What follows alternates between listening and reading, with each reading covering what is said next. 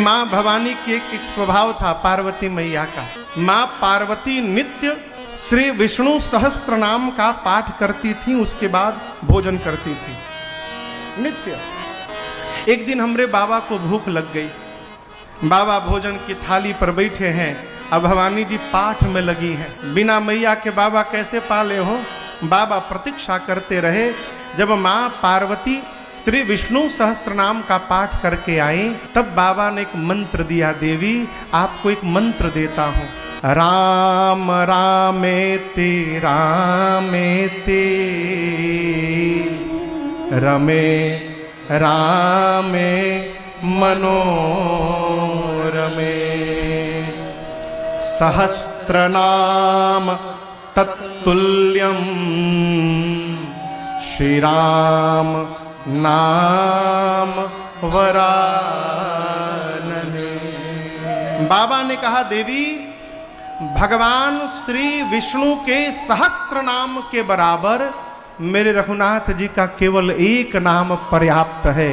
एक बार मुख से राम निकल गया तो विष्णु सहस्त्र नाम पाठ करने का जो फल है वो तत्क्षण केवल एक बार राम बोलने से प्राप्त हो जाता है।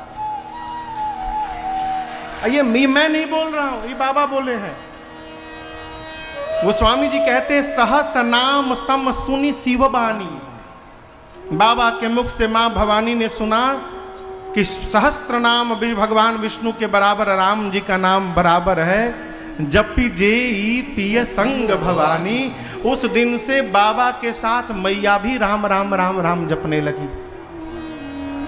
और याद रखिएगा, जिस परिवार के माता पिता भजन करने लगते हैं उस घर की संतानें अपने आप भजन में प्रवेश कर जाती हैं, उनको अलग से नहीं कहना पड़ता। दूसरी बात कहूं, जहां भजन होता है वहां विरोध समाप्त हो जाता है। विरोध वही है जहां भगवान का भजन नहीं है। भजन करने वाले को पता चलता है कि जीवन का असली खजाना प्राप्त हो गया है। इसके बाद जिस खजाने के लिए विरोध किया जाएगा वो समाप्त होने वाला है और ये साथ चलने वाला खजाना है। इसके आने के साथ उसका मोल समाप्त, इसलिए विरोध समाप्त। गोस्वामी जी कहना चाहते हैं कि जिस प्रकार भजन के प्रभाव से यहां विरोध समाप्त हो गया, युवानी अवस्था में बहुत झंझावात आने वाले हैं जीवन में। गृह का रजना ना जंजाला। आए, वेलकम करिए, साथ में भजन करते रहिए, बाबा के तरह राम राम कहते रहिए। समस्याएं आएंगी, समस्याएं आकर चली जाएंगी, उसका प्रभाव आपके व्यवहार विचार आचार पर पड़ने वाला नहीं है। इसलिए पहले श्लोक में बाबा को स्मरण किया, दूसरे श्लोक में मेरे प्रभु के मुख को वंदन किया। कौन सा मुख? रात्रि में सुने कि प्रातः काल राजा बनना है, प्रसन्न नहीं भय। प्रातः काल सुने राजा नहीं, वन में जाना है, दुखी नहीं भय। देखिए, मनुष्य जो जीव है ना माई बाप, अद्भुत जीव है। क्षण क्षण मात्र में विचार बदलते हैं इसके। आपको एक उदाहरण देता हूं। एक आदमी रेगिस्तान में चल रहा था। कहां? रेगिस्तान में। प्यास से व्याकुल हो गया, लगा कि अब प्राण निकल जाएंगे उसके। तब तक दूर रेगिस्तान में एक भवन दिखाई पड़ा, 2 माले का एक घर, अगल बगल कुछ वृक्ष लगे थे। सोचा शायद वहां कुछ पानी मिल जाए। गया किसी भी तरह, घर के सामने पहुंचकर उसने आवाज लगाई, भाई कोई है घर में? ऊपर की खिड़की खोली, एक व्यक्ति ने देखा, पूछा क्या बात है? इसने कहा क्या मुझे एक गिलास पानी मिल सकता है क्या? बोला अभी लेकर आया, रुकिए तुरंत। उसने खिड़की बंद की।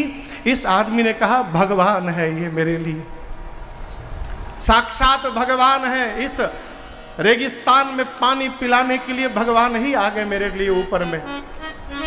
5 मिनट तक कहता रहा भगवान है, भगवान है। वो 5 मिनट तक पानी लाया नहीं। जब 5 मिनट तक पानी नहीं आया तो अब तक कह रहा था भगवान है, अब बोला शैतान है, शैतान है। बताओ, प्यासे के साथ विनोद कर रहा है, शैतान है। लगा कोसने, तब तक ऊपर की खिड़की फिर खुली। उसने कहा भाई साहब क्षमा करिए, मैं सोचा केवल पानी लेकर जाऊंगा तो अच्छा नहीं लगेगा, मैं बिस्किट ढूंढने लगा, उसी में विलंब हो गया, बिस्किट पानी लेकर अभी पहुंचता हूं। इसने कहा भगवान है, अरे भगवान है, आप दर्शन करो। 5 मिनट में भगवान से शैतान हो गया। एक बार खिड़की खुली तो फिर से भगवान हो गया। मनुष्य का चिंतन अपने स्वार्थ को देखकर समय समय पर परिभाषाएं बदलता रहता है। क्यों? विकार भरा है। भगवान में विकार नहीं है, इसलिए किसी भी परिस्थिति में मेरे सरकार का आकार नहीं बदलता है। वो सब परिस्थिति में एक रूप में रहते हैं। विकार आकार को बदलता रहता है।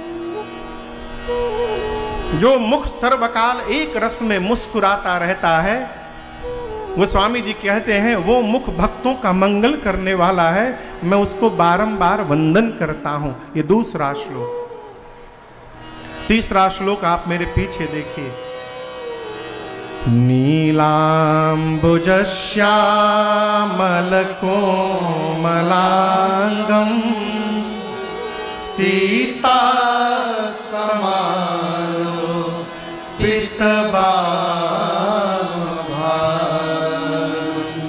पाणौ महाशायक चारुचापं नमामि रामं रघुवंशनाथं। वो स्वामी जी कहते हैं नील अंबुज के समान जिनका श्याम वर्ण है, जिनके कोमल कोमल अंग हैं, वामांग में जगत जननी मां श्री जानकी जी विराजमान है, जिन राम जी ने हाथ में सारंग धनुष और अमोघ बाण धारण किया हुआ है और धारण करके मां जानकी के साथ रघुवंश के सिंहासन पर विराजमान है, उन प्रभु श्री राम को मैं बारंबार वंदन करता हूं। नमामि रामम रघुवंशनाथ। 3 श्लोक लिखने के बाद पूज्यपाद गोस्वामी तुलसीदास जी महाराज ने गुरु चरण रज से मन रूपी दर्पण को निर्मल किया है। अयोध्या कांड में किया तो अरण्य कांड में क्यों नहीं किया? किष्किंधा में क्यों नहीं किया? अयोध्या में ही क्यों किया? आप समझिएगा। सुबह सुबह नहाने के बाद जब दर्पण के सामने अपने चेहरे को ठीक करने के लिए हम पहुंचते हैं और यदि दर्पण पर मैल जमा हो, क्या जमा हो? मैल। कहिए कहिए, मैल। मैल बुझाता ना? मैल जमा हो तो क्या अपना चेहरा दिखाई पड़ेगा? नहीं। ठीक उसी प्रकार जैसे दर्पण पर मैल जमा हो जाए, अपना स्वरूप नहीं दिखता, मन पे यदि मैल जम जाए माई बाप, तो हमको भगवान के भक्त में भी भक्त नहीं दिखाई पड़ता, ठग दिखाई पड़ता। अयोध्या कांड की कथा प्रारंभ करने से पहले पूज्यपाद गोस्वामी तुलसीदास जी महाराज अपने पूज्यपाद गुरुदेव भगवान प्रातः स्मरणीय श्री नरहरिया दास जी महाराज के श्री चरणों में लगे हुए चरण रज से अपने मन रूपी दर्पण को निर्मल करना चाहते हैं। और याद रखिएगा, बिना सद्गुरु के कृपा के मन निर्मल होने वाला नहीं है। गुरु बिनु भव निधि तरई न कोई, जौ बिरंचि शंकर सम होई। मानस में बाबा कहते हैं ब्रह्मा जी और शंकर जी भी शरीर धारण कर ले तो बिना सदगुरु के शरण में गए कल्याण होने वाला नहीं है? लेकिन काशी में तो सबे गुरु है हो भैया, कोई चेला नहीं है। का गुरु?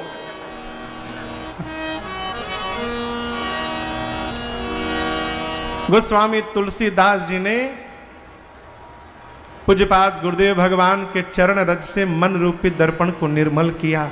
श्री गुरु चरण सरोज रज निज मन मुकुर सुधार, वर्णौ रघुबर विमल जश जो दायक फल चार। श्री गुरु चरण रज से मन रूपी दर्पण को निर्मल किया। ये दर्पण निर्मल होगा, मन रूपी दर्पण, तो भरत जी की कथा गानी है। और आपसे प्रारंभ है, निवेदन करूं, राम जी से कठिन कथा मेरे भरत भैया की है। राम जी की कथा गाने के लिए बाल कांड में मन को साफ कर चुके थे, लेकिन अयोध्या कांड में भरत जी की कथा गानी है। भरत जी के कथा के बारे में केवल एक व्यक्ति ठीक से जानते हैं, वो उनके भैया राम जी हैं। लेकिन जब कहने की बारी आएगी तो राम जी भी कहने में सक्षम नहीं हैं। ये जनक जी महाराज ने ये बात चित्रकूट में कही। माँ सुनैना से, अपनी अर्धांगिनी सुनैना जी से जनक जी कहते हैं, जब सुनैना जी ने कहा कि आप ऐसा कुछ करिए कि राम जी लक्ष्मण जी को छोड़ के भरत जी को साथ में रख ले, तब जनक जी ने कहा, सुनैना, भरत महा महिमा सुनुरानी, केवल जानहि राम न सकहि बखान। केवल राम जी हैं जो भरत जी की महिमा जानते हैं, लेकिन जब कहने की बारी आएगी तो राम जी भी महिमा कहने में सक्षम नहीं है। जिस कथा को रघुनाथ जी नहीं गा सकते, उस कथा को गोस्वामी तुलसीदास जी को गाना है हो, इसलिए अपने गुरु जी से कृपा मांगे, गुरुदेव कृपा करिए। गुरु कृपा ही केवलम, सदगुरु की कृपा ही असंभव को संभव बना देता है। उदाहरण देखना है तो सामने राजन आपके बैठा है, इसे देख लीजिए, अनुभव करिए। कई लोग का जीवन इसी में बीत जाता है कि केकरा के गुरु बनाई, वो लायक के वो भेटात नहीं खे, ये कहते कहते चले जाते हैं। अरे बहुत टाइम है, अभी चलेंगे। हमारे श्रीधाम